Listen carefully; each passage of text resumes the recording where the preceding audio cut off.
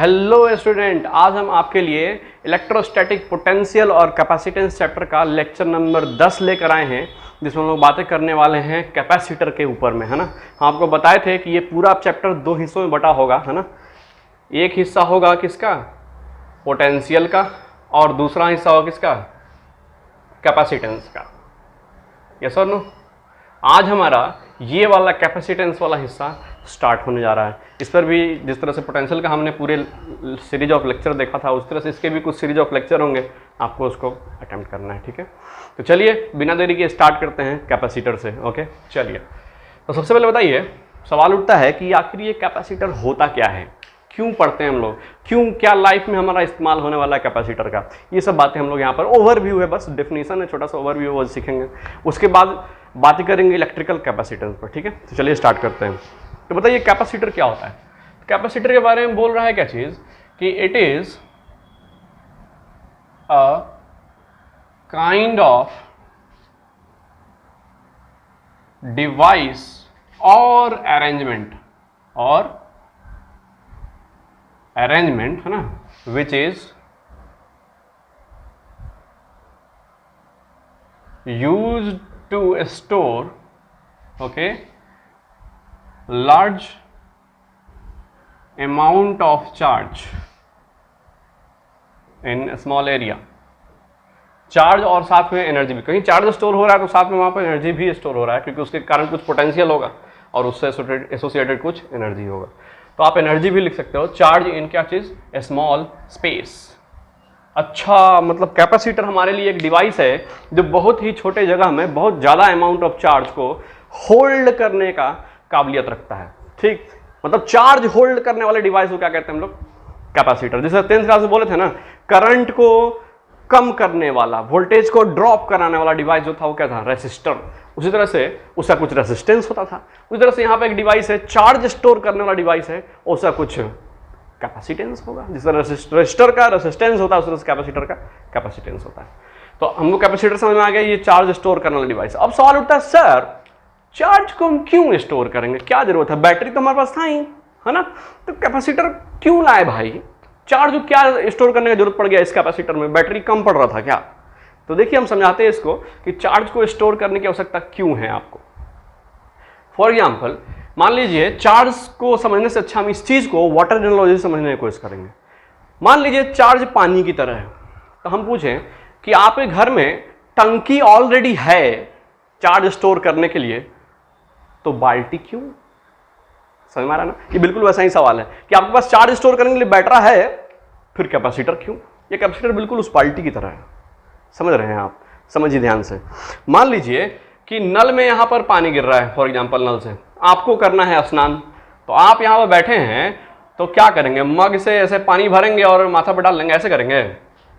उस तरह से स्नान करिएगा तो आपको फील होगा कि आप स्नान किए हैं। हमको लगा कि अरे हम तो स्नान ही नहीं किए हैं, यस और नो।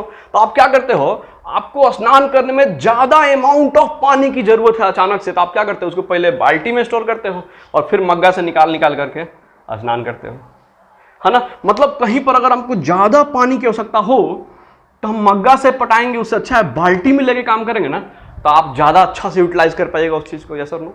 उसी तरह से इलेक्ट्रिकल अप्लायंसेज में कभी कभी हमको ज्यादा चार्ज की आवश्यकता होती है, तो हम लोग उस तरह से धीरे धीरे चार्ज ट्रांसफर करेंगे, तो वो जो चीज होगा वो ठीक से वर्क नहीं कर पाएगा, क्योंकि उसको ज्यादा चार्ज चाहिए वर्क करने के लिए। जिस तरह से आपको स्नान करने के लिए ज्यादा पानी चाहिए, उसी तरह से उसको ऑपरेट करने के लिए ज्यादा चार्ज चाहिए, अचानक से बहुत ज्यादा अमाउंट में चार्ज चाहिए, तो थोड़ा थोड़ा से तो काम बनेगा नहीं। तो ये डिवाइस वहां लगाते हैं ताकि वो चार्ज को स्टोर करे और जब जरूरत हो तो सप्लाई कर दे अचानक से। फॉर एग्जाम्पल, पहले के छोड़िए, अभी भी कैमरा वगैरह में जो फ्लैश चमकता है, काफी ज्यादा ब्राइट एलईडी होता है वो, और बहुत हाई करंट का उसमें रिक्वायरमेंट होता है, हाई एनर्जी को उसको सप्लाई करना होता है, तुरंत फक से जला बंद हो गया, उतना ही देर में बहुत ज्यादा एनर्जी की जरूरत होती है। तो सोचो, बैटरी तो इतना छोटा सा 3.7 वोल्ट का उसमें लिथियम आयन बैटरी लगा है, अब 3.7 वोल्ट से उतना ज्यादा अमाउंट में फ्लैश चमकाना बड़ा मुश्किल काम है। तो पहले उसमें कैपेसिटर में स्टोर होता है, फिर कैपेसिटर उसको अचानक से दे देता है सप्लाई की, लो भाई, है ना। बिल्कुल ऐसा है कि मान लीजिए कि हम सोए हुए हैं, है ना, मम्मी आई, एक मग से पानी फेंक दी मेरे देह पर, उठो रे, है ना। एक मग से तो हमें कोई फर्क ही नहीं पड़ा, है ना। तो मम्मी क्या करेगी, इस पर बाल्टी में लाकर सट इस तरह से, बिल्कुल उस एलईडी की तरह, छोटा चार्ज से उसको फर्क नहीं पड़ता है, उसको बाल्टी भर के चार्ज चाहिए, लो तब चमकेगा फुचाक। समझ रहे कि नहीं समझ रहे हैं? तो हमको इलेक्ट्रिकल अप्लायंसेस में चार्ज को स्टोर करने की जरूरत होती है, ताकि जहां पर ज्यादा अमाउंट ऑफ चार्ज चाहिए तुरंत, तो आप उसको सप्लाई दे सकें। ठीक है, तो पहला यूज आप कैपेसिटर में लिख सकते हैं, क्या चीज, किस लिए यूज होता है ना, टू स्टोर, इधर यूज इसी में हो गया ना, ह्यूज अमाउंट ऑफ चार्ज, है ना, और व्हेन एवर रिक्वायर्ड उसको सप्लाई किया जाता है। ये पहला ही यूज है, इसका डिफिनीशन ही अपने आप में यूज है। अच्छा, दूसरा यूज समझिए यहां पर, मान लीजिए उसी तरह से कि नल को अगर आप बहुत तेजी से खोल दीजिए, है ना, पहला यूज डिफिनीशन में ही है, नल को आप बहुत तेज से खोलते हैं तो देखते हैं यहां से पानी कैसे बनता है, फिर पानी का जो फ्लो होता है कैसा होता है, इधर उधर छितरा जाता है कि नहीं है? आप चाहते हैं पानी का फ्लो इतना टर्बुलेंट ना हो, पानी का फ्लो बिल्कुल ऐसे ही स्मूथ गिर, कभी देखते हैं नल को बहुत कम खोलते हैं तो एकदम पानी क्या करता है, एकदम स्मूथ गिरता है। आप चाहते हैं इतने टर्बुलेंट फ्लो को स्मूथ कर दो, तो सबसे अच्छा तरीका जानते हैं क्या होगा? मान लो कि नल से काम बन नहीं रहा है, तो इस नल के ऊपर एक बाल्टी लटका दो, ठीक, इस बाल्टी में पानी स्टोर कर लो, ठीक, और अब इसमें पतला सुराख कर दो। अब क्या होगा, पानी जो कभी भी बाल्टी से गिरेगा यहाँ से, तो कभी भी टर्बुलेंट नहीं गिरेगा, वो हमेशा कैसे गिरेगा, बिल्कुल यहाँ से पानी कैसे गिरेगा, बिल्कुल स्मूथली यहाँ से लीक आउट करेगा ऐसे। तो देख रहे हैं क्या हो रहा है, टर्बुलेंट फ्लो को पानी स्टोर करके अगर आप फ्लो कराइएगा तो वही टर्बुलेंट फ्लो कैसा फ्लो में बदल जाता है, यस, स्ट्रीमलाइन फ्लो में बदलता है, एकदम स्मूथ फ्लो हो जाएगा कि नहीं हो जाएगा। यानी कि हम ये भी कह सकते हैं, अच्छा मतलब पानी अगर फुर्र करके जा रहा है तो उसको अगर स्टोर करके छोड़ोगे तो बड़ा ही स्मूथली जाएगा, यस और नो। यही काम कैपेसिटर फिर से करता है।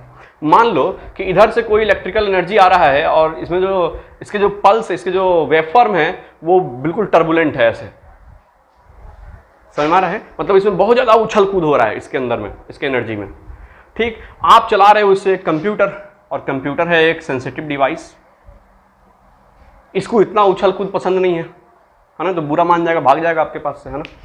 तो आप क्या करते हो, आप एक यहां पर एक ऐसा डिवाइस लगाते हो जो इस टर्बुलेंट फ्लो को क्या करता है, बिल्कुल स्मूथ फ्लो में कन्वर्ट कर देता है,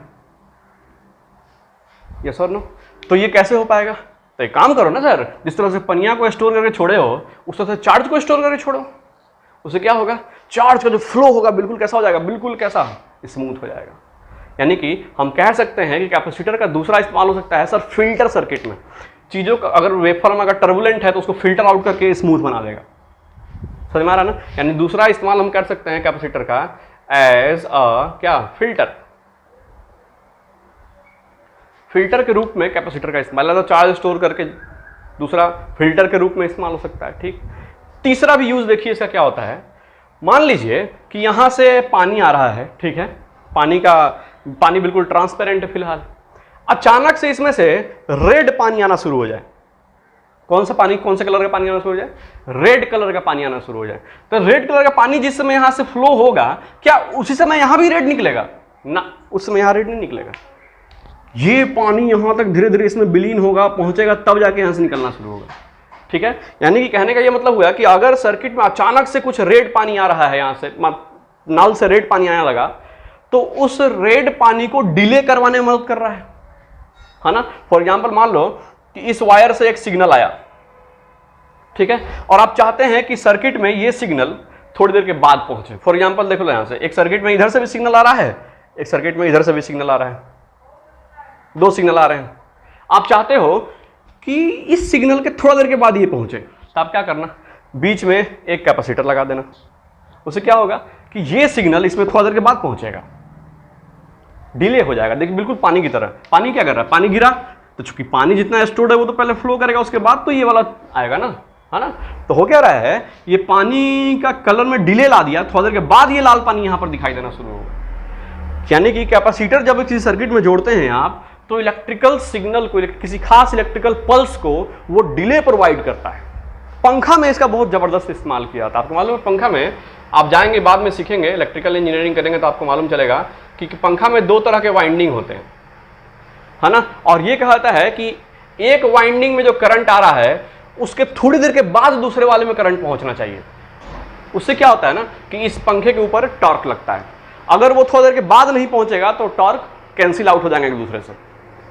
दोनों अपोजिट टॉर्क लगेगा तो क्या हो जाएगा, एक दूसरे से कैंसिल आउट हो जाएंगे। मतलब ये एक सिग्नल थोड़ी देर के बाद पहुंचना चाहिए। तो क्या करता है लोग, एक वाइंडिंग के अंदर में कैपेसिटर जोड़ देता है और एक वाइंडिंग डायरेक्ट रहता है। उससे क्या होता है, दोनों में थोड़ा सा फेज डिफरेंस आ जाता है, ऐसा कहते हैं हम लोग इलेक्ट्रिकल की भाषा में, इंजीनियरिंग की भाषा में। समझ में आ रहा है आपको? यानी कि कैपेसिटर इलेक्ट्रिकल अप्लायंसेस में डिले प्रोवाइड करने में काफी हेल्प करता है। मतलब आप कह सकते हैं तीसरा पॉइंट, कैपेसिटर जो होता है ना, work as a delay element, और बहुत ज्यादा इस्तेमाल होता है फैन वगैरह में इस चीज का। ठीक, तो this is all about the capacitors and use of the capacitor, कि हम लोग क्यों पढ़ रहे हैं। समझ में आ रहा है आपको? फिल्ट्रेशन भी बहुत इंपॉर्टेंट चीज है। फॉर एग्जाम्पल मान लीजिए कि आप गाना सुनते हैं, गाना के म्यूजिक सिस्टम जो आपका होता है उसमें भी फिल्टर का बहुत जबरदस्त इस्तेमाल होता है। आप देखते हैं आपके पास 3.4.1 स्पीकर लगा है, इधर से छम छम, इधर से धम धम, है ना। तो हो क्या रहा है, एक गाने के अंदर एक सिग्नल में से जो हाई फ्रीक्वेंसी उसको फिल्टर करके कहीं और भेज दिया जा रहा है, लो फ्रीक्वेंसी उसको फिल्टर करके कहीं और भेज दिया जा रहा है, तब ना आपको एक अच्छा साउंड का एक्सपीरियंस मिल पा रहा है। बोलिए हाँ कि ना, है ना। तो वो सब किसके दम पर हो पा रहा है, वो सब कैपेसिटर के दम पर हो पा रहा है। सो कैपेसिटर का बहुत बढ़िया यूज है। चौथा यूज भी होता है इसमें, कह रहा है इसमें ऑसिलेटर के रूप में, ऑसिलेटर में काफी ज्यादा कैपेसिटर का इस्तेमाल किया जाता है। ऑसिलेटर क्या होता है, एसी सिग्नल जनरेट करने वाला एक डिवाइस है। ठीक है, तो उसमें कैपेसिटर का इस्तेमाल बहुत ज़्यादा, इंडक्टर और कैपेसिटर मिलकर के एसी सिग्नल को जनरेट करते हैं। माने डीसी से अगर एसी कन्वर्जन करना हो तो वहाँ भी हमको कैपेसिटर लगाना पड़ेगा, ऑसिलेटर लगाना पड़ेगा। समझ में आ रहा है कि नहीं आ रहा आपको? तो ये काफ़ी इंपॉर्टेंस रखता है अपना हमारे डेली लाइफ में, है ना। आप इसको चाहो तो जल्दी से नोट करो। उसके बाद हम लोग देखने वाले हैं इलेक्ट्रिकल कैपेसिटेंस। क्या देखने वाले हैं? Electrical capacitance. अब सवाल उठता है कि कोई डिवाइस में अगर चार्ज को स्टोर करने की क्षमता है तो वो क्षमता कितना है, उससे हम कितना ज्यादा चार्ज ले पाएंगे, है ना। उसकी क्षमता को जानने के लिए हमको ये वाला फिजिकल क्वांटिटी करना पड़ता है। मतलब ये एबिलिटी टू होल्ड चार्ज दिखाता है। ठीक है, तो बिफोर इस पर जाएं आप जल्दी से उसको नोट डाउन कर लीजिए। चलिए बबुआ लोग, अब हम लोग देखने जा रहे हैं इलेक्ट्रिकल कैपेसिटेंस के बारे में। देखिए इलेक्ट्रिकल कैपेसिटेंस क्या कह रहा है। कहता है डेफिनेशन में, electrical capacitance of a conductor. हाँ डेफिनेटली हम लोग चार्ज यहाँ पर कंडक्टर पे स्टोर करने वाले हैं और उस पर देखेंगे, है ना। So electrical capacitance of a conductor is related to the ability to store electric charge, है ना, बाय दिस कंडक्टर, है ना। कि कोई कंडक्टर कितना एबल है चार्ज को स्टोर करने के लिए। अगर किसी के अंदर चार्ज होल्ड करने की नाक खुल जा रहा है मेरा, चार्ज स्टोर करने की एबिलिटी ज्यादा है तो हम कहते हैं उसका इलेक्ट्रिकल कंडक्टेंस क्या है, ज्यादा है। इलेक्ट्रिकल कंडक्टेंस सिंपली क्या है कि चार्ज को अपने अंदर होल्ड करने की एबिलिटी, कितना एबल है वो चार्ज को स्टोर करने के लिए। ठीक है, चलिए तो इलेक्ट्रिकल कंडक्टिविटी को हम लोग एक छोटा सा उदाहरण से समझने की कोशिश करते हैं, उसके बाद इसके डिफिनीशन पर आएंगे। इसका तो ये फिजिकल डिफिनीशन, इसका मैग्नीट्यूड को कैसे डिफाइन करेंगे उस पर हम लोग आते हैं। पहले एक छोटा सा एग्जांपल देखिए, ध्यान से समझने की कोशिश कीजिएगा। पहले एग्जांपल समझ में आएगा, उसके बाद कैपेसिटेंस समझ में आएगा। ठीक है ना, तो ध्यान रखिएगा। चलिए मान लीजिए कि आपके पास यहाँ के बर्तन है।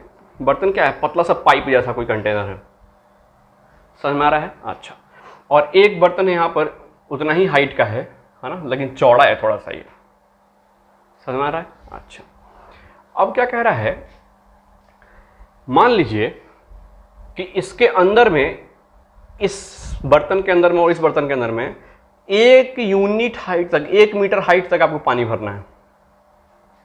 कितने हाइट तक पानी भरना है? 1 यूनिट हाइट तक पानी भरना है। तो डेफिनेटली आप बताओ जरा, 1 यूनिट यहां पर 1 मीटर हाइट पानी भरना है तो ये तो बहुत पतला कंटेनर है। आप थोड़ा सा पानी डालोगे, वाटर का अमाउंट क्या डालोगे, मान लो कि वाटर का अमाउंट आप 0.5 लीटर डाले, 1 लीटर डालो, 1 लीटर डाले तो मालूम चला 1 मीटर तक उठ गया। ठीक है, लेकिन इसमें 1 मीटर हाइट उठाने के लिए, पानी का हाइट उठाने के लिए डेफिनेटली आपको ज्यादा अमाउंट ऑफ पानी डालना पड़ेगा। यस और नो? मान लीजिए कि आप यहां से 50 लीटर पानी डालते हैं तब जाकर के कहीं इसका 1 मीटर हाइट राइज करता होगा। बोलिए है कि नहीं? बर्तन चौड़ा है भाई, तो 50 लीटर पानी डालने पर हल्का हल्का राइज करेगा, है ना। लेकिन ये बर्तन पतला है तो मालूम चले 1 लीटर में 1 मीटर हाइट राइज कर गया। ठीक है, अब सुनिए ध्यान से क्या हो रहा है। ये ऐसा है, ये बिल्कुल कुंभकर्ण की तरह है। कुंभकर्ण समझ रहे हैं ना, है ना, बिल्कुल कुंभकर्ण की तरह खाए जा रहा है, खाए जा रहा है, खाए जा रहा है, हाइट ही नहीं बढ़ रहा है ना। आप इसको 1 लीटर खिलाओ तो कहेगा अरे इससे क्या होगा, ये तो मेरे दांत में ही फंस के रह जाएगा सर, देख रहे हैं ना। फिर आप 2 लीटर खिलाओ इसको, अरे फिर भी दांत में जीभ पे ही फंस के रह गया, है ना। फिर 3 लीटर खिलाए, अरे ये तो गर्दन में ही फंस के रह गया ना, समझ रहे हैं। और 1-2 लीटर से काम चलेगा। 50 लीटर डालने पर 1 मीटर उठ रहा है, तो 1-2 लीटर से क्या होगा। 1 लीटर पानी डालोगे तो इसको बिल्कुल इतना पतला लेयर रहेगा, हवा बहाओगे सूख जाएगा, ऐसा लगा किसी ने जमीन में पोछा मार दिया हो, इतना कम पानी होगा इसके लिए। यस और नो। तो अब क्या है, कहानी है कि बिल्कुल कुंभकर्ण की तरह खाया जा रहा है, खाया जा रहा है, खाया जा रहा है, फिर भी पेट ही नहीं भर रहा है, मतलब इसको खूब ज्यादा कैपेसिटी है खाने का, है ना। यस और नो। तो हम कह रहे हैं, सोच के देखिए, 1 मीटर राइस कराने के लिए 50 लीटर खा जा रहा है, तब जाके कहीं यहीं उनमुना रहा है थोड़ा सा, 1 मीटर हाइट राइस कर रहा है। लेकिन ये बेचारा इस तरीका से नहीं खाया कि 1 मीटर राइस कर गया। अब सोच के देखो, अगर इसमें 100 लीटर पानी रखना हो, ठीक, तो ये तो यहां तक तो आप आराम से रख लेगा, क्योंकि इसका हाइट राइज तो कर नहीं रहा है, इसका हाइट बहुत कम राइज करना है हो, तो इसमें 100 लीटर पानी रखना तो हाइट इतना ही राइज कर पाएगा। क्या इससे ओवरफ्लो गिरेगा क्या? 100 लीटर पानी, ये 100 लीटर दो ना, हमारा हाइट तो ऐसे भी बहुत कम राइज करता है, 100 लीटर भी डाल दोगे तो हमारा थोड़ा सा बढ़ेगा हाइट, उसके बारे में ना सोचो। आप सोचो, इसको 100 लीटर इसमें पानी डाल दोगे तो क्या होगा, वो पानी इधर से फ्लो करके ओवरफ्लो के बाहर निकलने लगेगा। यानी कि हम कह सकते हैं कि ये बर्तन थोड़ा सा खा रहा है कि कह रहा है कि बाप रे बाप बहुत खाली है कि नहीं है। ये उतना खा रहा है तब जाए कह रहा है कि अच्छा हम 1 मीटर तक खाए हैं। आई थोड़ा ही से खाने पर कह रहा है हम 1 मीटर खा लिए। इसका मतलब है कि इसका पेटवा जल्दी भर जाएगा भैया, ये ज्यादा अमाउंट में खाना अपने अंदर स्टोर नहीं कर पाएगा। यस और नो। और ये जो होगा ये ज्यादा अमाउंट में खाना स्टोर कर पाएगा। अब सोचो, यहां पर हम लिख रहे हैं वाटर पर यूनिट हाइट, इसका क्या है, कम है। Amount of water per unit height इसका क्या है, ज्यादा है, मोर है। क्यों?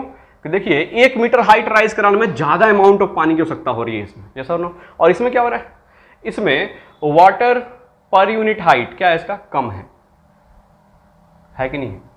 मतलब कहने का मतलब है कि 1 मीटर हाइट राइज कराने में कम ही पानी की आवश्यकता हो रही है। मतलब अगर इसमें 10 लीटर पानी डाल दिया गया तो मालूम चला उपला गिरने लगा। ये सुनो, क्योंकि थोड़के सा पानी डालने पर इतना राइज कर गया, इसका मतलब 10 लीटर पहुंचते पहुंचते ओवरफ्लो हो जाएगा। लेकिन ये बेचारा 50 लीटर पर थोड़ा थोड़ा बढ़ रहा है, तो 10 लीटर से तो ये बहुत कम ही बढ़ पाएगा ना। राइट और रॉन्ग? मतलब कह सकते हैं कि अच्छा इसका कैपेसिटी जो है ना पानी स्टोर करने का, वो क्या है, ज्यादा है। इसका जो पानी स्टोर करने की कैपेसिटी क्या है, इसका ज्यादा, और इसका कैपेसिटी क्या है, कैपेसिटी कम है। समझ रहे हैं? कैसे कैसे कैसे? फिर सोचिए, फिर से एक बार और। हम कह रहे हैं 1 लीटर पानी डालिए, अचानक से सुई से 1 मीटर राइज कर गया, 2 लीटर डाले सुई से राइज कर गया। मालूम चला कि 10 लीटर पानी डालते डालते ओवरफ्लो हो गया। क्यों? क्योंकि कम पानी पर ज्यादा हाइट राइज कर जा रहा है। मतलब 1 मीटर हाइट राइज कराने में इसको कम पानी की आवश्यकता हो रही है, मतलब इसका पेट जल्दी फुल हो जाएगा। यस और नो। तो हम कहेंगे अच्छा इसमें ज्यादा खाना रखने की कैपेसिटी, पानी रखने की कैपेसिटी नहीं है। लेकिन यहां क्या है, खूब पानी रखने पर बेचारा हल्का सा उठ रहा है, खूब पानी रखने पर तब हल्का सा उठ रहा है। इसका मतलब है कि खूब सारा पानी रखा जाएगा तब भी हल्का सा उठा होगा। मतलब इस देख रहे हैं पानी पीने का कितना एबिलिटी है ना। मतलब पिए जा रहा फिर भी पेट नहीं भरा, मतलब स्ट्रॉन्ग एबिलिटी है उसको, स्ट्रॉन्ग कैपेसिटी है अपने अंदर खूब सारा हटाने की, पानी रखने की। यस और नो। तो हम कह सकते हैं कि अच्छा जिसका हाइट कम राइज करता है, ज्यादा पानी की आवश्यकता होती है हाइट राइज कराने के लिए, उसका कैपेसिटी भी क्या हो, ज्यादा होगा, है ना। मतलब किसी बर्तन की कैपेसिटी चेक करनी है कि पानी की कैपेसिटी ज्यादा है कि नहीं है, तो क्या करेंगे, water required per unit height को चेक कर लेंगे। असल में वाटर रखने से क्या घाटा होता है, वाटर रखने से ना इसका हाइट बढ़ता है, और बढ़ते बढ़ते बढ़ते एक टाइम आता है कि उसके बाद उसमें वाटर रखा नहीं सकता है, वो वाटर ओवरफ्लो होकर के गिरने लगता है। समझ में आ रहा है? तो जिसका वाटर पर यूनिट हाइट ज्यादा है, डेफिनेटली वो ज्यादा पानी अपने अंदर होल्ड कर सकता है ना। और जिसका कम है उसे क्या है, कैपेसिटी कम है। उसी तरह से जब आप किसी कंडक्टर पर चार्ज डालते हो ना, तो हर कंडक्टर का एक एबिलिटी होता है कि हम इतना ही अमाउंट ऑफ चार्ज ले सकते हैं। अगर ज्यादा अमाउंट ऑफ चार्ज डालोगे तो वो चार्ज वहां से पानी की तरह क्या हो जाएगा, लीक आउट होना शुरू हो जाता है। ठीक है, क्यों? यहां पानी क्यों लीक आउट कर रहा है? क्योंकि पानी डालने से भैया हाइट बढ़ रहा है, और हाइट बढ़ते बढ़ते उसके बाद लीक आउट करने लगेगा। उसी तरह से चार्ज डालने पर कंडक्टर का पोटेंशियल राइज करता है। यहां पानी के हाइट राइज करने से समस्या है, हाइट राइज करेगा तो पानी ओवरफ्लो होने लगेगा। उसी तरह से यहां पोटेंशियल राइज करने से एक समस्या होता है। आइए देखिए कौन सा समस्या होता है पोटेंशियल राइज करने से। सोच के देखिए, आप खूब सारा इस पर चार्ज डाले जा रहे हो, ठीक है, यहां तो ओवरफ्लो हुआ है ना, देखते हैं यहां क्या होता है। खूब सारा चार्ज डाले जा रहे हो, पोटेंशियल राइज करते जा रहा है। जितना ज्यादा पोटेंशियल होगा इस क्षेत्र में इलेक्ट्रिक फील्ड भी उतना ही स्ट्रॉन्गर होगा। पोटेंशियल राइज करने से क्या होगा?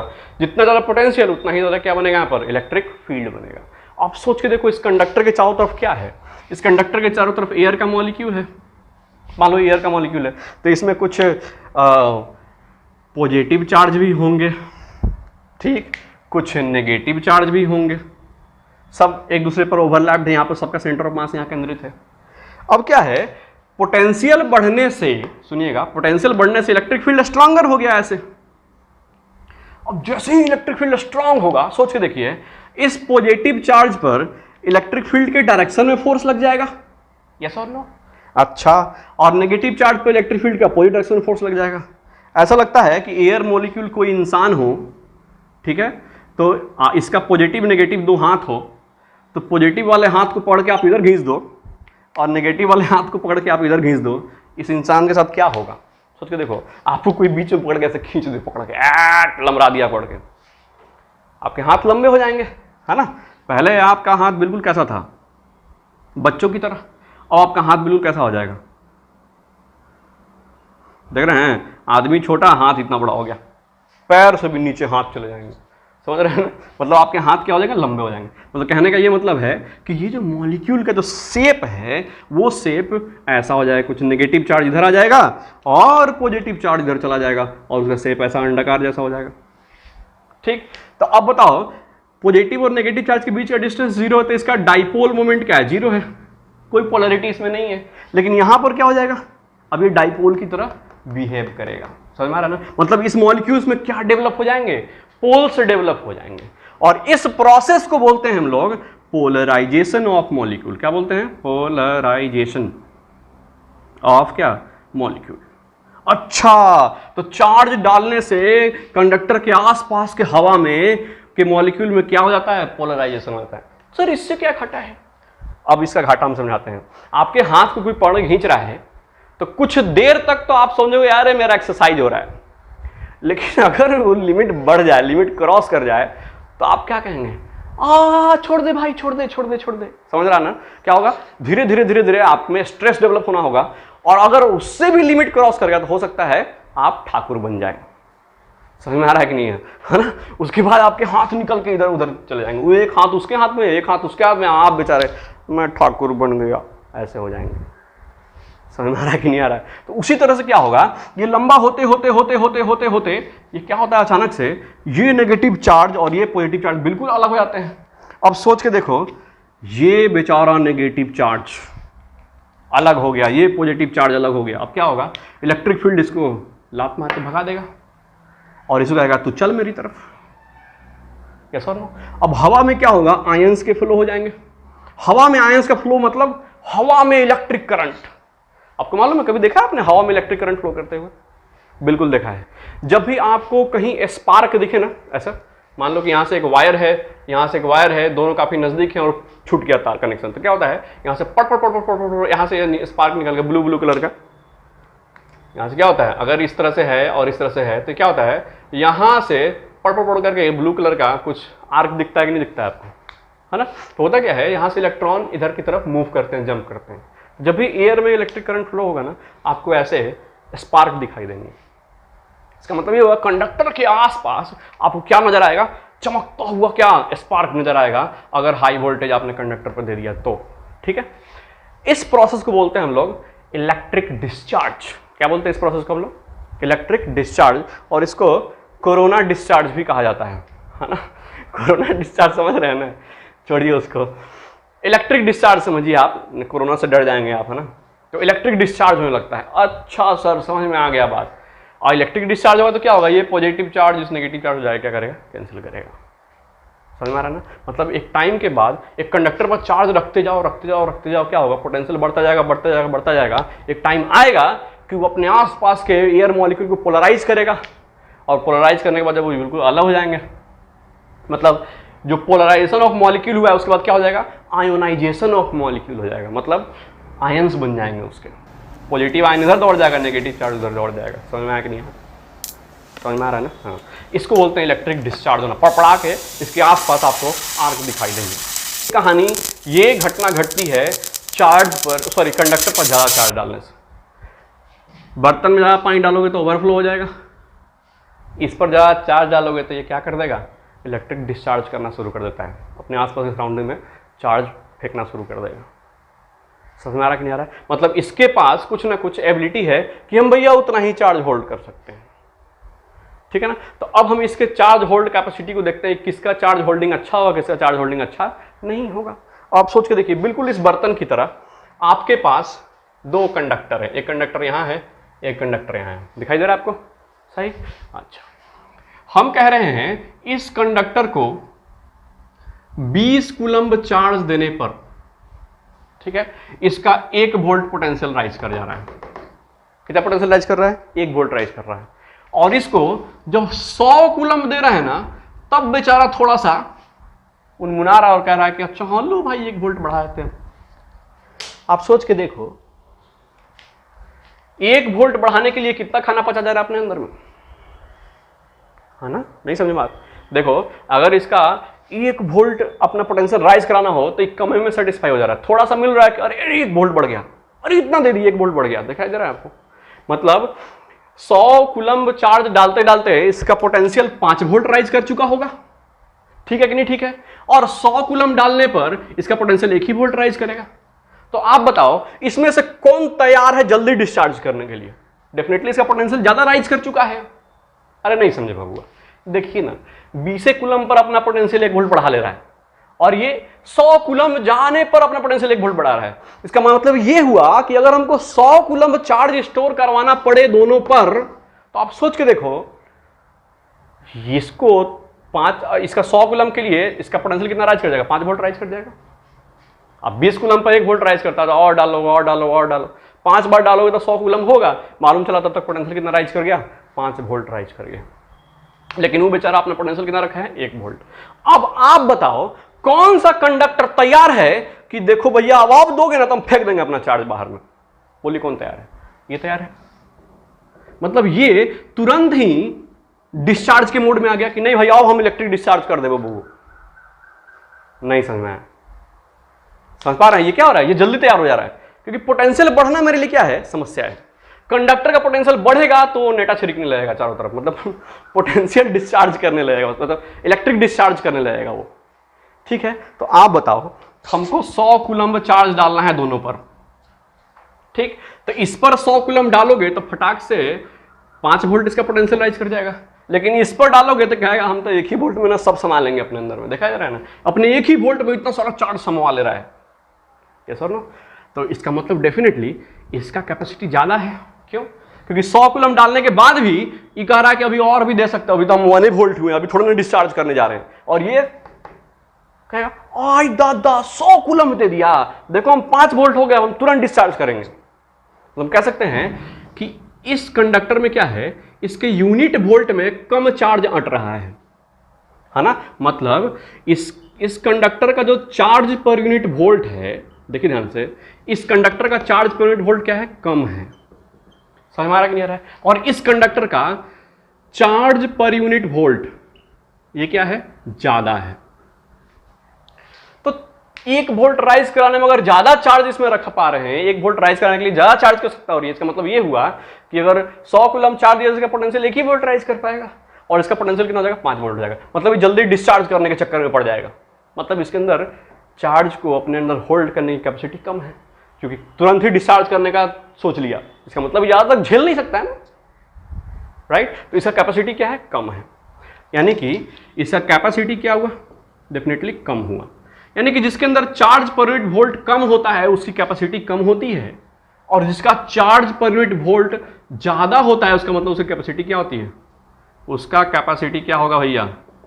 डेफिनेटली ज़्यादा होगा, है ना। यानी हम कह सकते हैं इलेक्ट्रिकल कैपेसिटेंस को अगर डिफाइन करना हो ना तो ये चार्ज पर यूनिट वोल्ट पर विचार करो, ठीक है। इसीलिए हमने इसको डिफाइन कर दिया कि जब भी आपको कैपेसिटेंस समझाना हो, electrical capacitance is equal to क्या होगा, चार्ज पर यूनिट वोल्ट, ऐसे डिफाइन किया जाएगा।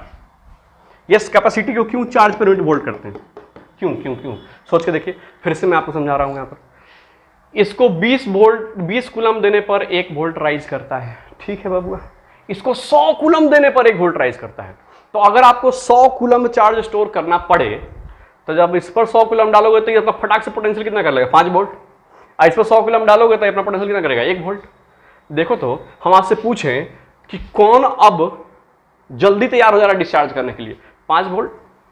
पोटेंशियल राइज करने तुरंत डिस्चार्ज करने लगेगा ना, जितना ज्यादा वोल्टेज बढ़ेगा इसके डिस्चार्ज करने की संभावना उतनी ज्यादा होगी। यस और नो, यानी कि तुरंत डिस्चार्ज करने लग रहा है, मतलब ज्यादा चार्ज को अपने ऊपर झेल नहीं पा रहा है ना। मतलब कह सकते हैं जिसका चार्ज पर यूनिट वोल्ट में अगर कम चार्ज है, चार्ज पर यूनिट वोल्ट क्या है इसका, चार्ज पर यूनिट वोल्ट क्या है इसका, कम है, हम कह सकते हैं इसकी कैपेसिटी क्या है, कम। इसमें चार्ज पर यूनिट वोल्ट क्या है, ज्यादा है इसका, इसका मतलब कैपेसिटी क्या है, ज्यादा है कि नहीं है। तो हम कह सकते हैं जब भी हमको जब भी हमको कैपेसिटी देखना होगा, हमको चार्ज पर यूनिट वोल्ट देखना बड़ा फायदेमंद रहेगा। इसीलिए जब भी हमको कैपेसिटेंस जज करना होता है किसी भी कंडक्टर का, तो हम लोग उसका चार्ज पर यूनिट वोल्ट जज करते हैं। जिसका चार्ज पर यूनिट वोल्ट ज्यादा होगा, इसका मतलब है कि उसको 1 वोल्ट राइज कराने में ज्यादा चार्ज की आवश्यकता होगी, मतलब खूब सारा चार्ज खा जाएगा और पोटेंशियल 1 वोल्ट राइज करेगा, खूब सारा चार्ज स्टोर कर लेगा, मालूम चला पोटेंशियल उसका 1 ही वोल्ट। ये बिल्कुल उस बच्चे की तरह है, कोई बदमाश बच्चा देखते हैं खूब पिटाई खा लेता है फिर भी मुस्कुराता रहता है, उसको अभी कोई कष्ट अभी हुआ नहीं है। किसी किसी को जोर से खाली आप आंख दिखा दो तो रोने लगता है, उसका झेलने की कैपेसिटी कम है ना, तुरंत रोने लगा। माने जरा सा चार्ज दिए नहीं कि बेचारा बिनबिना के रोने लगा। समझ में आ रहा है कि नहीं आ रहा, क्यों, है ना। उसी तरह से यहाँ भी क्या है, खूब सारा चार्ज ले रहा है फिर भी उसका पोटेंशियल मात्र 1 वोल्ट बढ़ रहा है। खूब सारा पिटा गया, अब जाके थोड़ा सा वो कष्ट में आया है बेचारा, खूब सारा पिटाने के बाद, मतलब उसके अंदर खूब मार झेलने की कैपेसिटी आप कह सकते हैं, ऐसा ना। यानी कि जो खूब सारा चार्ज अपने यूनिट वोल्ट में समवा सकता होगा वही ज्यादा कैपेसिटी वाला आदमी होगा। सोच के देखो ना कि अगर हम अपने यूनिट वोल्ट में खूब सारा चार्ज अपने अंदर होल्ड कर पा रहे हैं और वो बेचारा यूनिट वोल्ट में खूब सारा चार्ज स्टोर नहीं कर पा रहा है, इसका मतलब क्या हुआ, इसका मतलब ये हुआ कि अगर हमको 1000 कूलम चार्ज 1000 कूलम स्टोर करना हो तो उसका पोटेंशियल तुरंत बढ़ जाएगा, यस सर ना, और वो तुरंत डिस्चार्ज करना शुरू कर देगा। यानी कि जिसका चार्ज पर यूनिट वोल्ट कम होता है वो कम कैपेसिटी का आदमी होता है, जिसका चार्ज पर यूनिट वोल्ट ज्यादा होता है वो ज्यादा कैपेसिटी का आदमी होगा, राइट और रॉन्ग। यानी जब भी हम कैपेसिटेंस डिफाइन करेंगे वो कैसे डिफाइन करेंगे, चार्ज पर यूनिट वोल्ट से डिफाइन करेंगे। अच्छा सर, ये बात समझ में आ गया। मतलब हम कह सकते हैं कि जो इलेक्ट्रिकल कैपेसिटेंस का जो डेफिनेशन बनेगा, इलेक्ट्रिकल कैपेसिटेंस का जो फॉर्मूला बनेगा, C इज इक्वल टू हमेशा क्या होगा, Q डिवाइड बाई V, ठीक। अच्छा, ये तो इसका कैपेसिटेंस का फिजिकल डेफिनेशन था, फॉर्मूला हमने बना लिया फिजिकली महसूस करके। अब हम इसको थ्योरेटिकली डिफाइन करेंगे कैसे होता है। सोच के देखो, आप यहां पर क्या करो, V equal to 1 volt put कर दो। कितना पुट कर दो, V इक्वल टू 1 वोल्ट। जैसे ही V equal to 1 volt put करोगे, C बराबर क्या आ जाएगा, Q। अरे अच्छा, मतलब जब भी किसी कंडक्टर का पोटेंशियल 1 वोल्ट राइज कराने के लिए जितनी चार्ज की आवश्यकता होती है वही क्या कहलाता है, इलेक्ट्रिकल कैपेसिटेंस। समझ में आ रहा ना, आप V को क्या रख दिए, 1 वोल्ट, तो C बराबर क्या आ गया, Q के बराबर आ गया। अच्छा, मतलब कैपेसिटेंस जो है क्या है, वो चार्ज रिक्वायर्ड है ना, चार्ज रिक्वायर्ड काहे के लिए, तो to raise potential of conductor by कितना वोल्ट, 1 वोल्ट, ठीक है नहीं, ठीक है। मतलब हम ऐसे डिफाइन कर सकते हैं, अच्छा सर, कि कैपेसिटेंस क्या होता है, चार्ज रिक्वायर्ड टू राइज क्या, potential of a conductor by कितना वोल्ट, 1 वोल्ट। यानी किसी कंडक्टर के पोटेंशियल को 1 वोल्ट राइज कराने के लिए जितना चार्ज की आवश्यकता है, ठीक, वो क्या कहलाता है, कैपेसिटेंस। इस डिफिनीशन से भी आप इस चीज को समझ सकते हैं। फॉर एग्जांपल मान लो यहां कंडक्टर है, हम कह रहे हैं कैपेसिटेंस ज्यादा है। कैपेसिटेंस ज्यादा होने का मतलब क्या है? कैपेसिटेंस ज्यादा होने का मतलब यह है कि इसके पोटेंशियल को अगर 1 वोल्ट बढ़वाना हो तो खूब सारा चार्ज चाहिए, खूब सारा चार्ज लेगा तब 1 वोल्ट बढ़ेगा। समझ में आ रहा कि नहीं आ रहा है? और कैपेसिटेंस कम है मतलब क्या? तरीके सुनी चार्ज पर 1 वोल्ट बढ़ जाएगा। थोड़ा सा चार्ज, बहुत कम अमाउंट ऑफ चार्ज डालोगे तो उसको पोटेंशियल फट से 1 वोल्ट बढ़ जाएगा। यानी कि तुरंत ही डिस्चार्ज के मोड में आ सकता है, ये तुरंत ही पोलराइजेशन करना शुरू कर सकता है। कम है चार्ज पर देख रहे हैं 1 वोल्ट बढ़ जा रहा है, थोड़ा सा और डालेंगे 2 वोल्ट 3 वोल्ट, तो तुरंत डिस्चार्ज कर सकता है कि नहीं कर सकता? ये मतलब इसको अंदर चार्ज को होल्ड करने की एबिलिटी क्या है? कम है। तो जिसका पर यूनिट वोल्ट में कम चार्ज अटता हो उसकी कैपेसिटी क्या है? कम है। इसके पर यूनिट वोल्ट में ज्यादा चार्ज अटता है इसलिए इसकी कैपेसिटी क्या है? ज्यादा है। बोलिए हाँ की? यानी इलेक्ट्रिकल कैपेसिटेंस को हमेशा चार्ज पर यूनिट वोल्ट से मेजर किया जाता है। आया समझ में? और कैसे डिफाइन करेंगे तो आप कहेंगे charge required to raise the potential, है ना, ये अलग है, to raise the potential of a conductor by कितना वोल्ट? 1 वोल्ट। ये किसका डेफिनेशन है आपका? इलेक्ट्रिकल कैपेसिटेंस का मैग्नीट्यूड का डेफिनेशन। समझ में आ रहा है? अच्छा, अब आता है बात यूनिट ऑफ कैपेसिटेंस। देखिए ध्यान से, इसको मिटा रहे हैं, थोड़ा साफ कर रहे हैं। हम लोग बात करते हैं किस पर? यूनिट ऑफ कैपेसिटेंस पर। Unit of capacitance. देखिए कैपेसिटेंस का जो यूनिट है आप कह सकते हैं this charge per unit volt, मतलब आप कह सकते हैं कूलम्ब पर वोल्ट या फिर फैराड। फैराड या फिर कूलम्ब पर वोल्ट, इसका क्या होने वाला है? एसआई यूनिट होने वाला है। समझ में आ रहा है? कैपेसिटेंस का यूनिट क्या होता है? फैराड। अगर किसी कंडक्टर का कैपेसिटेंस 1 फैराड है तो 1 फैराड का मतलब क्या हुआ? अच्छा सर, मतलब इसके पोटेंशियल को 1 वोल्ट से राइज करवाने के लिए, 1 वोल्ट बढ़ाने के लिए इस पर कितना चार्ज चाहिए होगा? डेफिनेटली 1 कूलम्ब चार्ज चाहिए होगा। This is definition of 1 farad. कोई कहे 1 फैराड को डिफाइन मतलब क्या कहेंगे? किसी कंडक्टर के 1 वोल्ट पोटेंशियल को राइज कराने के लिए जितना कैपेसिटेंस की जरूरत होती है वो 1 फैराड कहलाता है। उस तरह से कहीं किसी कंडक्टर का कैपेसिटेंस 5 फैराड है, इसका मतलब क्या है? इसका मतलब ये हुआ कि अच्छा सर, इसके 1 वोल्ट पोटेंशियल को राइज करवाने के लिए डेफिनेटली आपको 5 कूलम्ब चार्ज की आवश्यकता है। समझ में आ रहा है? इसलिए इसका कैपेसिटेंस क्या है? इसका कैपेसिटेंस ज्यादा है, इसका कैपेसिटेंस क्या है? कम है। इस बात को जरूर महसूस करना, जब भी आप कैपेसिटेंस पढ़ो इस बात को महसूस करना सीखो हमेशा कि इसके इस रेशियो के बड़ा होने से ऐसा क्या फर्क पड़ता है कंडक्टर के कैपेसिटेंस में। ये बड़ा हो जाता है कैसे वो ज्यादा चार्ज स्टोर करने लगेगा, है ना? इसी को समझने का एक आसान तरीका है। देखो ध्यान से, क्या कह रहा है? 1 वोल्ट राइज करवाने में 5 कूलम्ब की आवश्यकता हो रही है, मतलब ये बेचारा अपने 1 वोल्ट को भूख को सेटिस्फाई करने के लिए 5 कूलम्ब खा जा रहा है। देख रहे हैं? ऐसा नो, मतलब खाने की खूब कैपेसिटी है, ऐसा नो, ऐसा फील करो इस चीज को। और ये क्या कर रहा है? 1 वोल्ट राइज कराने के लिए कम चार्ज की आवश्यकता है।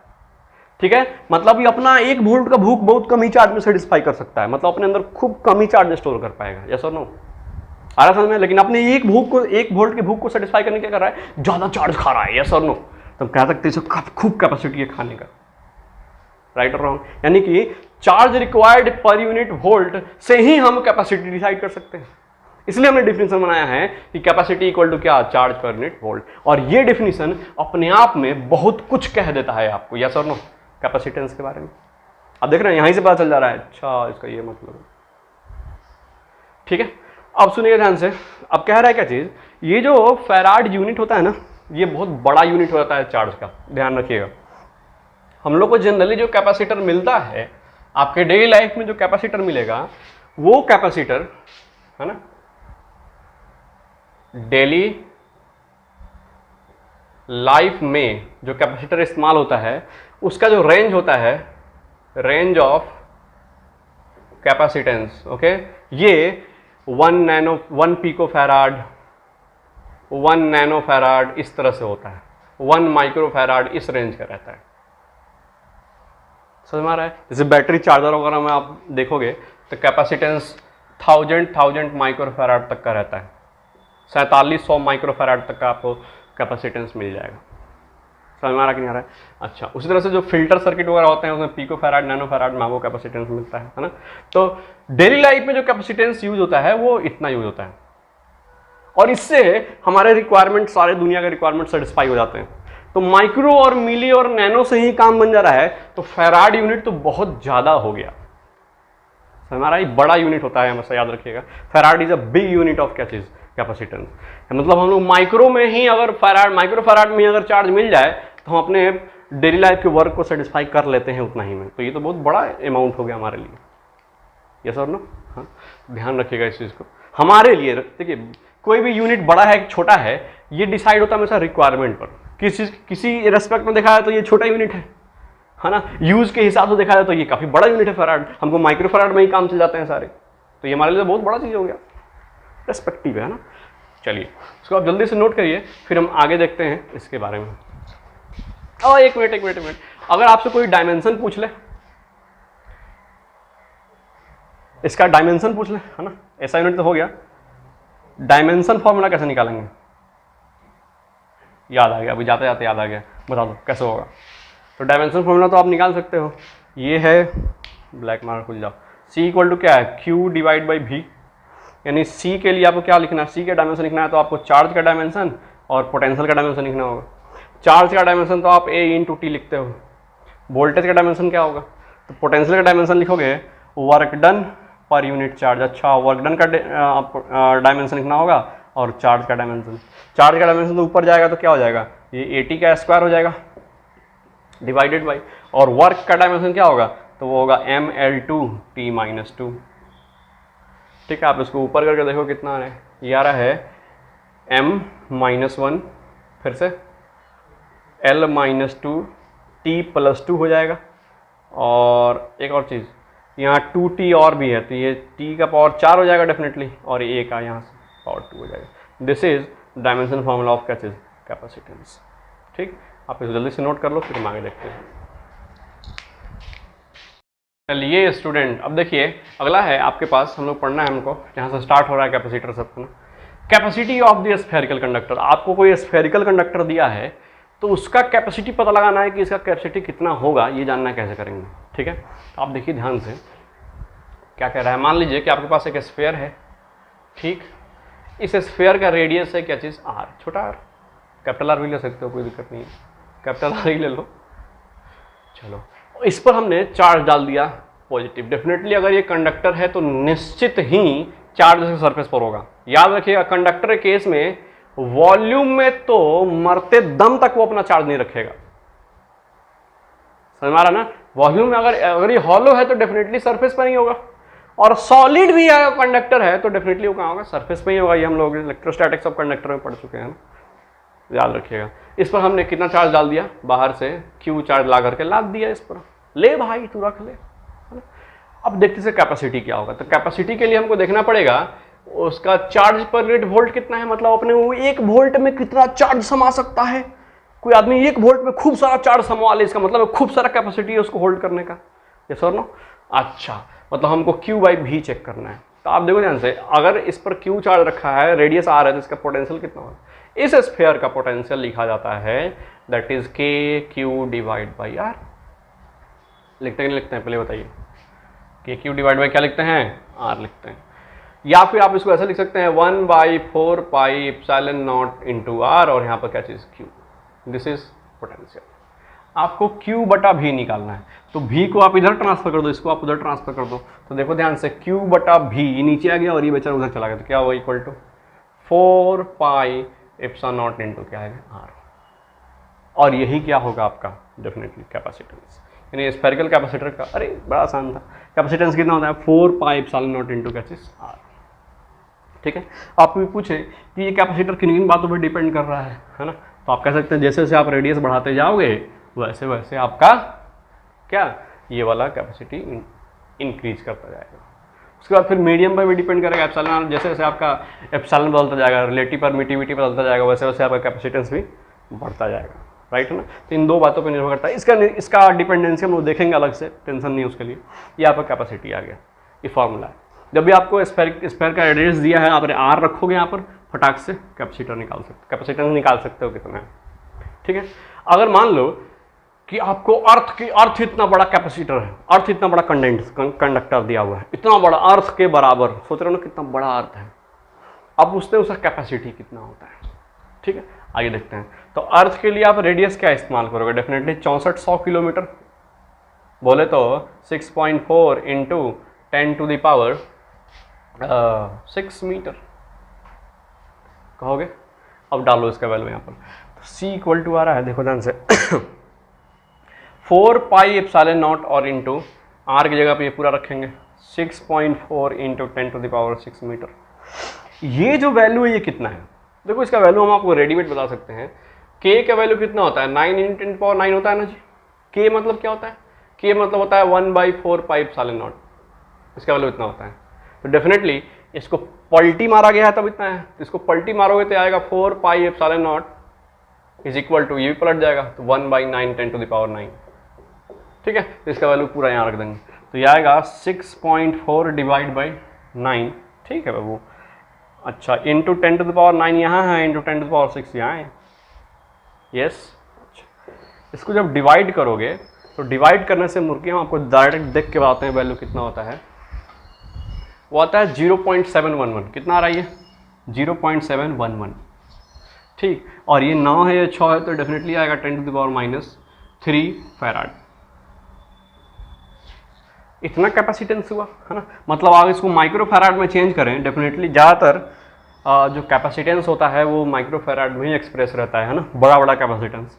तो देखिए ध्यान से क्या होगा, इसको लिख सकते हैं -3, इसको -6 बनवाना होगा तो इसको लिख सकते हैं 711 इंटू 10⁻6 फैराड, बोले तो 711 माइक्रो फैराड। अर्थ का कैपेसिटी कितना होता है? 711 माइक्रो फैराड होता है। अब सुनना ध्यान से, ये यहाँ तक ये इससे कहानी खत्म हो गया।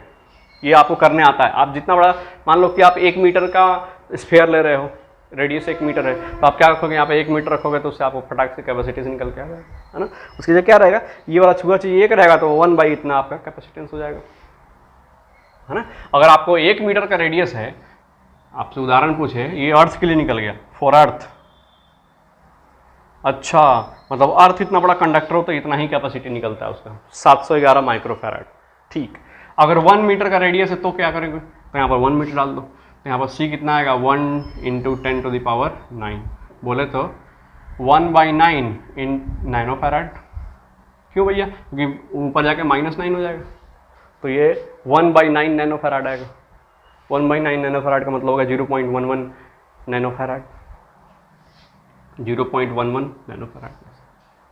ठीक है ना। तो इससे आप क्या निकाल सकते हो? कैपेसिटी। इस तरह से जब भी रेडियस दिया कैपेसिटी निकल जाएगा। अब सुनो ध्यान से क्या कहानी है।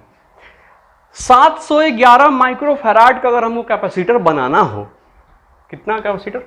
711 माइक्रो फैराड का कैपेसिटर अगर बनाना हो तो हमको अर्थ इतना बड़ा कंडक्टर लेना पड़ेगा।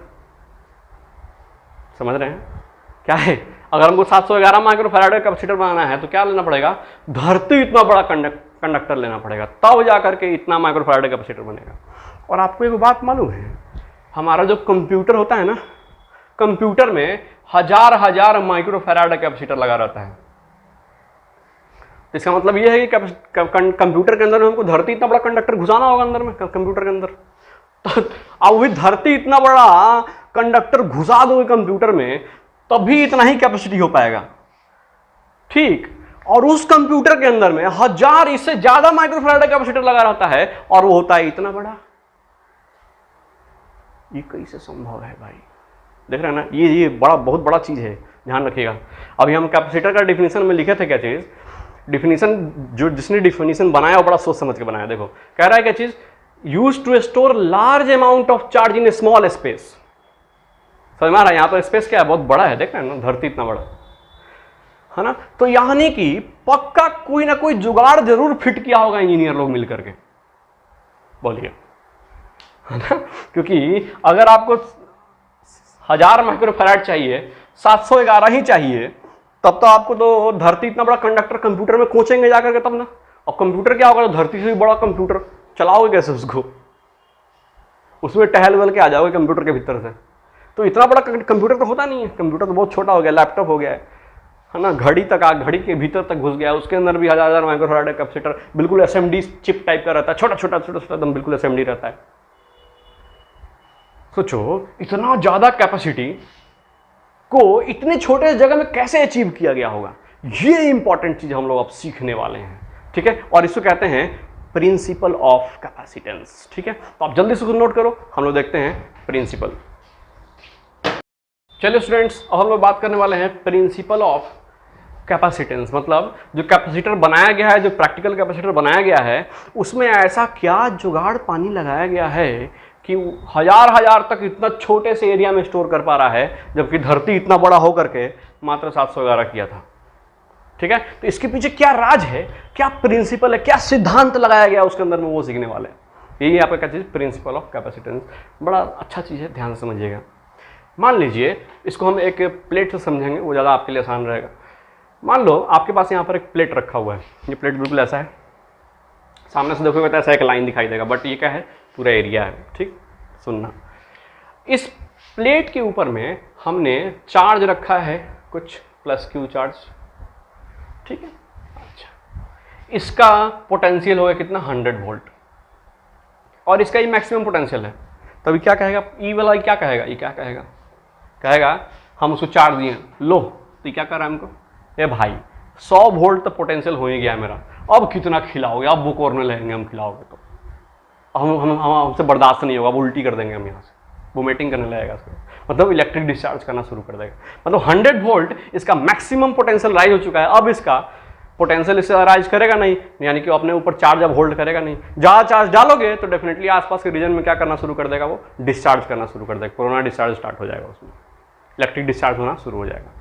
अब देखो क्या है, अब हम क्या कर रहे हैं, इसी चार्ज कंडक्टर के बगल में यहाँ पर एक चार्ज प्लेट रख, ऐसे एक प्लेट रख दी, कंडक्टर ला कर रख दी, जो पहले से न्यूट्रल है, ठीक है। इसको हमने ला के यहाँ पर रख दिया।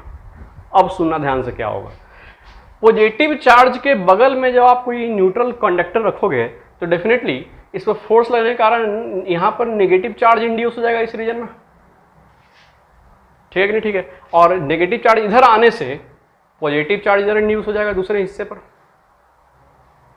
बोली हुआ कि नहीं हुआ। अब कहानी ये है कि ये वाला जो लेयर ऑफ नेगेटिव चार्ज है डेफिनेटली अपने से कुछ दूर पोटेंशियल क्रिएट करेगा। आप देखो ना, अगर किसी कंडक्टर पर नेगेटिव चार्ज रख दिए तो कुछ दूरी पर जाकर इसका कुछ ना कुछ पोटेंशियल होता है, कि स्प्रेड के कारण कुछ ना कुछ क्या होगा, पोटेंशियल होगा, और वो पोटेंशियल डेफिनेटली नेगेटिव पोटेंशियल होगा। नेगेटिव चार्ज अपने कुछ दूरी पर नेगेटिव पोटेंशियल क्रिएट करता है, ठीक है कि नहीं, ठीक है। अच्छा, जैसे जैसे दूरी बढ़ता जाता है आपको मालूम है ये पोटेंशियल डिक्रीज करता जाता है, ठीक। चलिए सुनिएगा ध्यान से। अब क्या है, ये नेगेटिव वाला लेयर कुछ दूरी पर, मतलब यहां पर इसके डिस्टेंस तक कुछ नेगेटिव पोटेंशियल क्रिएट कर देगा। ये नेगेटिव चार्ज का लेयर कुछ दूरी पर जाकर के नेगेटिव पोटेंशियल क्रिएट कर दिया।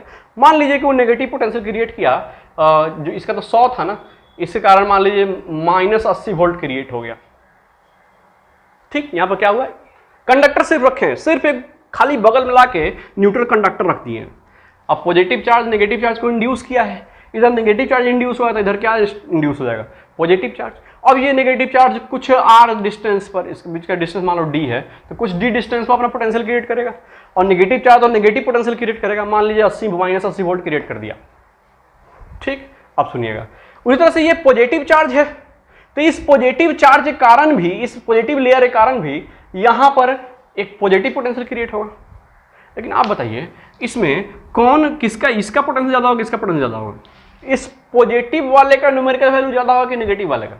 डेफिनेटली जगह नेगेटिव चार्ज से नजदीक है, तो नेगेटिव चार्ज अगर -80 क्रिएट किया है तो ये +80 तो नहीं कर सकता है, +80 थोड़ा कम करेगा, राइट रॉन्ग, आप सोच के देखिए। मतलब हम कहने का मतलब 2 चार्ज है आपके पास यहाँ पर, माइनस और प्लस, ये पोजिशन देख लो, तो कौन सा चार्ज इसमें इस पॉइंट के नजदीक है, नेगेटिव चार्ज।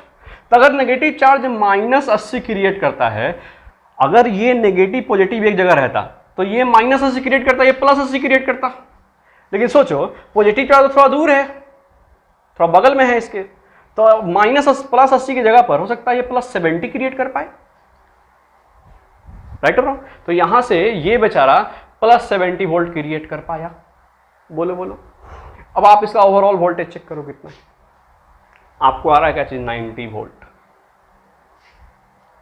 कितना पोटेंशियल हो गया इस जगह पर, 90 वोल्ट। अच्छा सर, ये तो बड़ी कमाल का चीज हुआ कि बगल में कुछ नहीं किए, खाली ला के रख दिए हैं, तो इसका पोटेंशियल अपने आप ही 100 वोल्ट से 90 वोल्ट हो गया। अब ये और खाने के लिए तैयार है। सोचो जरा, ये सुनो, मतलब इस पर अब 10 वोल्ट और राइज कराना है, थोड़ा सा और चार्ज खा सकता है। ऐसा नहीं लगता है कि पहले 2 कवर खा पाता था, अब 3 कवर खा रहा है, मतलब पहले से कैपेसिटी राइज कर गया कि नहीं राइज कर गया। अच्छा सर, कमाल का आइडिया था ये तो। ओहो हो, मतलब किसी कंडक्टर के बगल में कोई न्यूट्रल कंडक्टर रख दे तो उस कंडक्टर का कैपेसिटी बढ़ जाता है। ओ, इंजीनियर लोग यही जुगाड़ पानी फिट किया होगा जिससे उसकी कैपेसिटी को और राज कराया गया होगा। यस और नो? अच्छा, अभी तो 100 वोल्ट से 90 वोल्ट हुआ है ना, अभी हमको और कम करना है। अब सोचा कुछ इंजीनियर लोग, और जैसे जैसे एडवांसमेंट होता गया है ना, खोज होते गए, रिसर्च होते गए, चीजें डेवलप होती गई, लोग एक आइडिया बनाए। क्या चीज सोचा, क्या, अरे यार एक बात बताओ, ये नेगेटिव चार्ज यहां पर इसका पोटेंशियल को रिड्यूस करवाया था, ये पॉजिटिव हुआ, एक काम खराब कर दिया। अगर ये पॉजिटिव चार्ज हम किसी माध्यम से यहां से हटा दें तब तो ये 70 हट जाएगा, और तब तो इसको कम करने से कोई नहीं रोक पाएगा, और तब पोटेंशियल 20 वोल्ट हो जाएगा। तो लोग कहा अच्छा सर ठीक है, तो पॉजिटिव चार्ज इस पर रखा, ये तो ठीक है, इसके बगल में एक कंडक्टर रख दिया, फटाक से इस पर minus minus minus minus plus plus plus plus induce हो गया। अब लोग क्या किया कि भैया इसको ना अर्थ कर दो, ग्राउंड कर दो। जैसे ही आप इसको ग्राउंड करोगे क्या होगा, ये अर्थ इस पॉजिटिव चार्ज को न्यूट्रलाइज कर देगा, लेकिन ये नेगेटिव चार्ज इसके खिंचाव के कारण इधर बना रहेगा।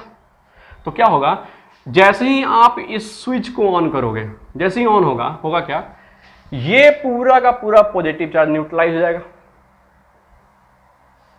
और पूरा पॉजिटिव चार्ज न्यूट्रलाइज हो गया। तो अब सोचो जरा, इसका पोटेंशियल था 100 वोल्ट, खा पी के पूरा मोटा गया था, है ना। अब इस नेगेटिव चार्ज क्या करेगा, यहाँ पर -80 वोल्ट क्रिएट कर देगा, और मालूम चला इसका पोटेंशियल घट के 20 वोल्ट हो गया। अब बताओ ये कंडक्टर और चार्ज खाने के लिए तैयार है कि नहीं तैयार है।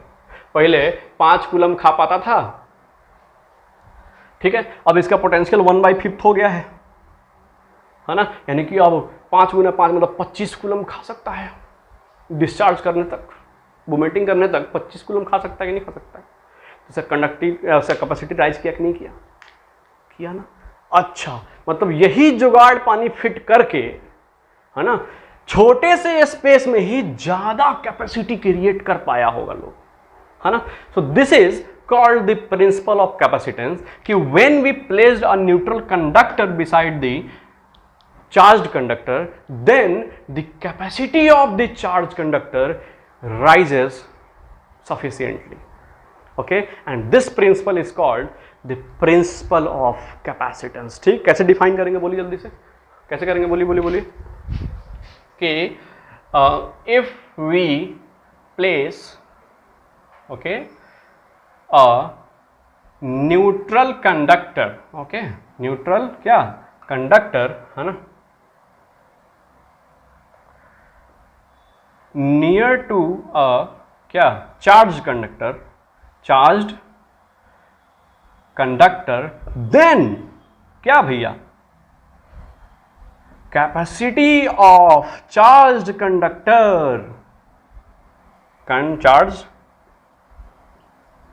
conductor rises sufficiently. This is called what, the the principle of क्या, capacitance. ठीक है, इस चीज को आप हमेशा ध्यान रखना। कैपेसिटर बहुत सारे टाइप के आपको मिलने वाले हैं इसमें, है ना। शेप के आधार पर जो कैपेसिटर होगा वो शेप कैसा हो सकता है, या तो 2 प्लेट्स रखे होंगे बिल्कुल इस तरह से, तो वो पैरेलल प्लेट कैपेसिटर हो जाएगा। स्फेरिकल होगा, उसके अंदर एक और स्फेयर डाल देंगे, पैरेलल प्लेट, है ना, मतलब एक कैपेसिटर के अंदर में एक और कंडक्टर डाल दिए, तो इन दोनों के कारण क्या होगा, डेफिनेटली इसका पोटेंशियल, इसका कंडक्टिविटी राइज कर जाएगा। स्फेयर के अंदर एक और छोटा स्फेयर इसके पोटेंशियल, इसके कैपेसिटेंस को काफ़ी राइज करा देगा। तो ये ऐसे कैपेसिटर को कहा जाएगा स्फेरिकल कैपेसिटर। उस तरह से एक सिलेंड्रिकल ले लो, उसके बाहर में एक और सिलेंडर प्रेस कर दो इस तरह से पैरेलल बिल्कुल इसके, तो क्या होगा, इसका भी कैपेसिटी बढ़ जाएगा। तो शेप के आधार पर कैपेसिटर 3 तरह के हो सकते हैं आपके पास, कौन कौन सा, spherical capacitor, parallel plate capacitor, cylindrical capacitor. उसी तरह से कभी कभी कैपेसिटर के प्लेट्स के बीच में कुछ मटेरियल फिल कर दिया जाता है। बातें करेंगे क्यों फिल किया जाता है, क्योंकि आप सोचो कैपेसिटेंस के फॉर्मूला में C = 4πε0r आ रहा था। इसमें ना जो कैपेसिटेंस होता है ना, परमिटिविटी ऑफ द मीडियम का डायरेक्टिव प्रोपोर्शनल होता है। यानी कि अगर एयर है तो इसका इतना कैपेसिटेंस है, इसमें पानी डाल दोगे तो आपको मालूम है पानी का परमिटिविटी जो होता है वो एयर कंपेरिजन में 81 गुना होता है, मतलब कैपेसिटेंस आपका 81 टाइम्स राइज कर जाएगा, है ना। तो और कैपेसिटी बढ़ाने के लिए अब इसको तो बढ़ा नहीं सकते हैं, साइज को तो आप कर नहीं सकते हैं, तो क्या चेंज कीजिएगा उसके अंदर, मीडियम चेंज कीजिएगा। ठीक, तो मीडियम कौन कौन सा डाला हुआ है कैपेसिटर पर, कैपेसिटर के अंदर में, उसके आधार पर कैपेसिटर होते हैं electrolytic capacitor, paper capacitor, mica capacitor, ceramic capacitor, बहुत सारे टाइप के मटेरियल यूज्ड के आधार पर इतने सारे टाइप के कैपेसिटर होते हैं। ठीक, और शेप के आधार पर parallel plate capacitor, spherical capacitor और सिलेंड्रिकल कैपेसिटर। ठीक है, ये सारे हमारे सिलेबस में हम लोग सब पढ़ेंगे, है ना। तब तक उससे पहले आप वीडियो को पॉज करके जल्दी से नोट कर लीजिए। चलिए स्टूडेंट्स, हमारे वीडियो का लेंथ 1 घंटा के आसपास पहुंच चुका है, हो ही चुका है। तो आज हम अपने क्लास को यहीं पे विराम देते हैं। अगले क्लास में मिलेंगे तो हम लोग बातें करेंगे पैरेलल प्लेट कैपेसिटर पर, बहुत इंटरेस्टिंग होने वाला। आप देखते रहिए जीआरसी की वीडियोस। धन्यवाद।